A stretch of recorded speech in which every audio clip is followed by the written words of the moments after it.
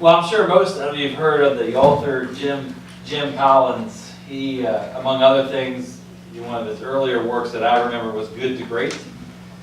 And so he's written a lot of books like that, and he's just a good writer and professor, and helps other people with the writing now. But he was at Stanford at one time, and he had a colleague there that was a retired Navy pilot, James Stockdale. Maybe you've heard of him. Stockdale was one of the highest ranking U.S. Navy or U.S. military in general officers to be captured in the Vietnam War. And he was a prisoner of war for nearly the entire time they were over there. So they were very early in the war. He was at the Hanoi Hilton, as they call it. But one day they were walking, and this was before, and actually Jim Collins was doing some work on Good to Great, and he was doing some research, and he had done some background work on Stockdale, and he asked to meet with him to spend some time with him.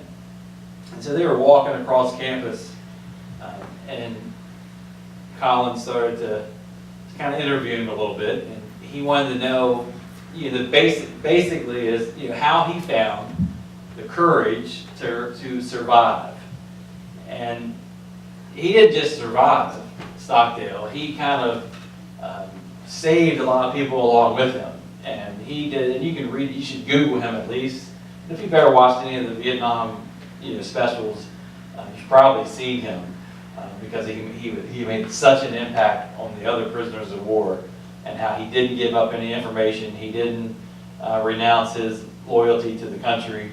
And he had some special ways to do that. And really, it was an amazing act of courage and survival.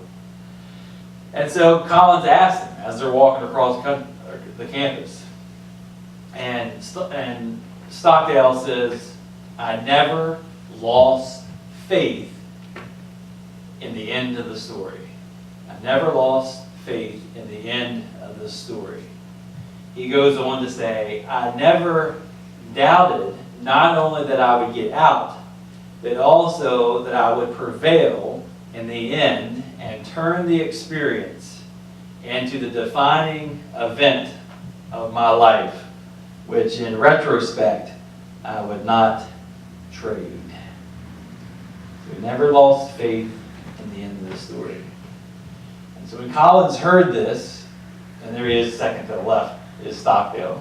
And actually, that's about a week before the end of the war, or before he was released from the prison. They continue to walk across campus, and some time goes on, and Stockdale at this point in his life is laboring and is walking, and so it's just very quiet. And then they walk on about 100 meters or so, and Collins says, "Well, who didn't make it out?" And Stockdale says, "Oh, that's easy. The optimist." "The optimist?" Collins said. "I don't understand." Especially confused now, given what he had just heard at the beginning of this conversation. And then Stockdale says something very profound. He says, "The optimists, they were the ones who said, we're going to be out by Christmas." And Christmas would come, and Christmas would go, and they'd still be in the prison. Then they'd say, "Oh no, we're going to be out by Easter." And Easter would come, and Easter would go, and they were still in prison. Then they would say, "Well, no, it's going to be Thanksgiving." And then it would be Christmas all over again. And he said, they died of a broken heart. And so Collins would take his story in this concept, that Stockdale himself had articulated to him, and he would use it in one of the chapters of Good to Great. And he actually took a very important lesson with him, and he kind of summarized it and named it the Stockdale Paradox. And here is the Stockdale Paradox. Retain faith that you will prevail in the end, regardless of the difficulties, and at the same time confront the most brutal facts of your current reality, whatever they might be. Retain faith. And so that's the faith part of that you're going to prevail in the end. But at the same time, don't lose sight of your current reality, no matter how awful it might be. And holding those two ideals together is a paradox. But Stockdale, it was actually his mode of not just surviving, but helping others along the way too. And so it's kind of a beautiful way of looking at hope versus false hope. In this case, the false hope, saying we're going to be out by Christmas. We're going to be out by Easter. Oh no, it'll be about Thanksgiving. And those realities coming and going actually killed the men that were in that prison of a broken heart,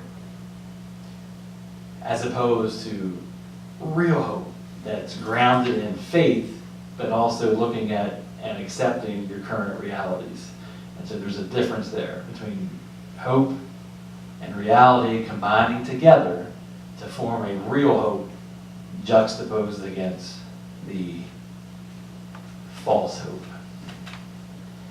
It kind of brings us to where we are in this reading of Ezekiel.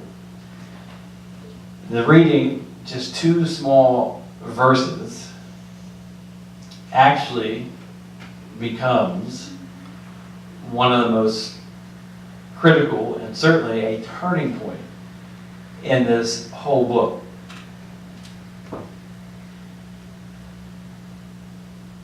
Ezekiel has been exiled to Babylon, so he's been away from home for 5 or 6 years now, working on 7. So his reality is what it is. His way of life is behind him, and he has a new reality. He's been seeing these visions from God, these visions that are hard to put in English words. He didn't put them in English. It's hard for me to put them in English words. It's hard enough for Ezekiel, who didn't know English, to put them in English words. But human language. It's hard to put in human language. So he's seeing these visions that describe the current reality and point towards what is going to happen, and in some cases what can happen, in terms of warnings and trying to point people in the right direction. Also placing some blame. This is our reality because of the way we have behaved. This is our current reality because of the way you have behaved. Some of the people of God are in Babylon with Ezekiel, and that's who he's talking to. Some have been left behind, and some have died through all this ordeal. And so in these previous pages, we've had these visions, these grand visions, and then we've had the details played out. And now we've come to this critical part, Ezekiel 33, where we have 2 short verses. And it's actually in, I like this part. It's now January, because scholars can figure out what the 12th year, the 5th day, and all that kind of stuff of the 10th month. I'm not that smart, but the scholar I was reading says it's January 586 when a messenger arrives to announce the fall of Jerusalem 6 months earlier. So it's taken 6 months for this messenger, because the fall was in 587, which you count backwards. So now it's 586 before Christ. It's taken 6 months for the message to get to Ezekiel and those that are in Babylon. And word comes that the destruction is finished, it's complete. And the Babylonians have completely wiped off. There was a small rebellion, effort to try to rid Jerusalem of the Babylonians. It failed, and that was the last straw. Everything was destroyed, including the temple and the walls of the city. And so the city is leveled. This actually turns out, what we hear is the Lord's power was with me, he says, in the evening before the survivor arrived. And just before he arrived in the morning, God opened my mouth. So my mouth was open, and I was no longer speechless. Now, at first glance, when we hear I was no longer speechless, it's like me saying, my sermons are short, or I don't like to talk, or whatever. I mean, it's kind of, it's kind of comical, because that's all Ezekiel has done for 32 chapters is talk. So he's never been silent. There have been prophets who their mouth has been shut, for a time period. Ezekiel's mouth has literally not been shut the whole book. He's been hearing things from God, and God will tell him, go and speak this to the people, and he does. And so that's not what he's talking about. What is really cool here is that, and this comes from a scholar named Gordon Matties. I like how he puts it, so I'm going to read it directly to you. He says, Ezekiel has done plenty of speaking, but now has the ability to have a conversation with the exiles about the shape of the hope for their future. That hope could not be fully articulated as long as Jerusalem and the temple remained a false symbol of divine presence. And so, in other words, as long as the temple and Jerusalem still existed, as it wasn't the same as what it was when everybody was there together under their ruler, but it existed nonetheless. As long as the building still stood, it gave them a false sense of hope. And so they didn't want to hear anything that Ezekiel said. They weren't hearing it. Even though they could see some things that were happening and they felt the pain and grief of being exiled, they still had a false sense of hope that at any day now they could just go home and resume normal activities in Jerusalem and in their temple. They had a false sense of hope, and it was killing them because they weren't listening to the warnings that were coming from Ezekiel and from God ultimately via Ezekiel. And so now that he's received this word from the messenger, he now has an opportunity. Basically, he has their ear. Because now it's rock bottom, and that's literally it's rock bottom because everything's in rubble back home, including the temple. And so now it's not, they can't even pretend that God is residing in the temple. And so maybe they missed the vision of the Lord's chariot and Jesus or God flowing out of Jerusalem, the big funny picture that Ezekiel painted of God leaving. They might have missed that, but now they can see and they can hear, they've heard with their own ears that that's gone. There's no way that God is in Jerusalem. So now he has their ear. And he can have some conversations about what real hope is going to look like. And it's going to take him, in our Bibles, one chapter, the very next chapter, 34, to start helping them see a new reality. And that is that all of their trust and all of their hope is going to have to be put into God. And God says and tells them in the next chapter that he is going to appoint for them a single shepherd, and he will feed them. Like my servant David will feed them. He will be their shepherd. I, the Lord, will be their God. And my servant David will be their prince. And so he's using Davidic, not Divinic, But David, he's using language of David to remind them of how David was the good shepherd. He's going to return them to that, and there's going to be, basically he's using Messiah language, that he's going to send them a new shepherd.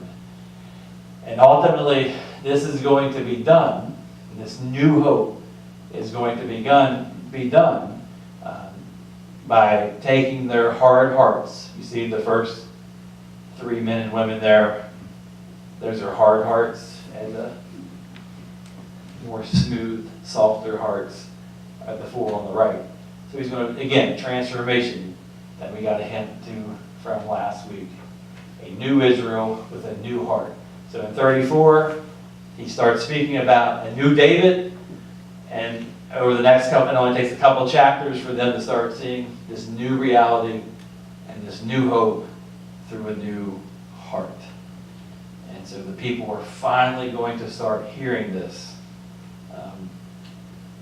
and stop relying on the false hope that leads to death and toward a new hope that's grounded in hope and reality coming together in what we call that Stockdale paradox.